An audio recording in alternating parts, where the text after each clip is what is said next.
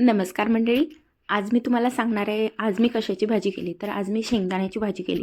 तर तुम्ही म्हणाल शेंगदाण्याची भाजी का केली. तर शेंगदाण्याची भाजी याच्यासाठी केली कारण माझ्याकडे भाजीलाच काही नव्हतं. आम्ही जिथे राहतो तिथे आठवडी बाजार हा गुरुवारी असतो आणि गुरुवारीच ताज्या भाज्या मिळतात असं नाही, एरवी पण भाज्या मिळतातच. कारण आता एवढा रूरल एरिया हा राहिलेला नाही आहे. पण गुरुवारी आम्ही शक्यतोवर बाजारातल्याच भाज्या घेत असतो, ज्या ताज्या असतात, फ्रेश असतात. आणि मग त्या आम्ही 2-3 दिवस पुरवतो आणि त्यानंतर परत मग भाज्या विकत घेतो. पण गुरुवारच्या बाजाराची असं अट्रॅक्शन आम्हाला आहे की कारण त्या बाजारात आम्हाला सगळं काही खूप छान स्वस्त दरात मिळतं.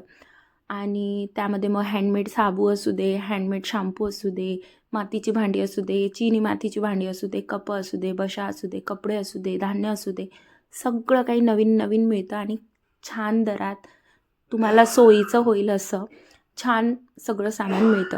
त्या सामानासाठी म्हणजे मीच नाही तर इथे राहणारे प्रत्येकजण त्या सामानाची वाट पाहत असते किंवा त्या बाजाराची वाट पाहत असते. तर मग मेन मुद्दा तर राहूनच गेला एवढ्या भाकडकथेच्या मागे. मेन मुद्दा हा की मी शेंगदाण्याची भाजी का केली. तर शेंगदाण्याची भाजी नसल्यामुळे कुठलीच शेंगदाण्याची भाजी केली. एरवी आम्हाला खूप आवडते ही भाजी म्हणून करत असतो, पण मी आज ती आवडते म्हणून नाही तर भाजीलाच काही नाही आहे म्हणून केली. तर सगळ्यात पहिले मी एका वाटीत शेंगदाणे घेतले. पांढरे लाल कुठलेही शेंगदाणे तुम्ही वापरू शकता. मी पांढरे शेंगदाणे घेतले आहे. पांढऱ्या शेंगदाण्याची भाजी थोडी पांढुरकी होते आणि लाल शेंगदाण्याची भाजी थोडी लालसर होते. फोत्रासहित शेंगदाणे वापरायचे कारण त्यातच खरे प्रोटीन्स असतात असं आम्हाला भरपूर ठिकाणी ऐकायला मिळालेलं आहे. त्यामुळे आम्ही आता दाण्याची साल सोलत नाही. तर मग छान दाणे भाजून घ्यायचे, पण त्याला कडक एकदम करायचं, पण जाळायचं नाही. जाळलं तर मग भाजी कडसड लागते आणि भाजीची सारी टेस्टच चालली जाते. मग शेंगदाणे छान कडक होईस्तोवर भाजून घ्यायचे. त्यात 2 चम्मच खोबरं टाकायचं. खोबरं टाकल्यानंतर त्याला छान परतून घ्यायचं. मिक्सरला तेलावर येईपर्यंत फिरवून घ्यायचं. त्यानंतर तेलात जिरं, मोहरी असला तर हिंग, आलं लसूणची पेस्ट, कांदा हे सगळं टाकायचं. त्यानंतर तेलावर आलेली जी आपण पेस्ट केली आहे शेंगदाण्याची ती पेस्ट टाकायची. छान कालवून घ्यायचं. तिखट मीठ टाकायचं आणि पाणी घालायचं. आता पाणी खूप डुळडुळ घालायचं नाही तर एकदम कमी पण नाही, कारण ही भाजी थोडी कमी पाणी टाकलं तर लवकर घट्ट होते, लवकर आळते ही भाजी.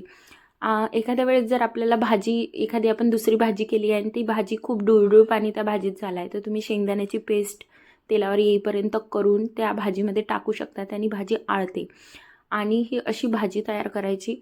ही भाजी तुम्ही लसूण कांदा स्किप करून नुसतं जिरं घालून, मिरची घालून, कढीपत्ता घालून उपवासासाठी सुद्धा करू शकता आणि सोबत वऱ्याचे तांदूळ शिजवून घ्यायचे.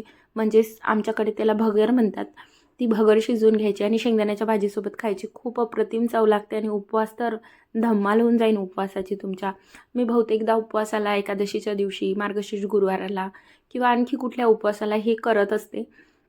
त्यानंतर ही भाजी छान जास्त पातळ नाही, जास्त जाड नाही, अशी मीडियम कन्सिस्टन्सीची करायची. धन्यवाद.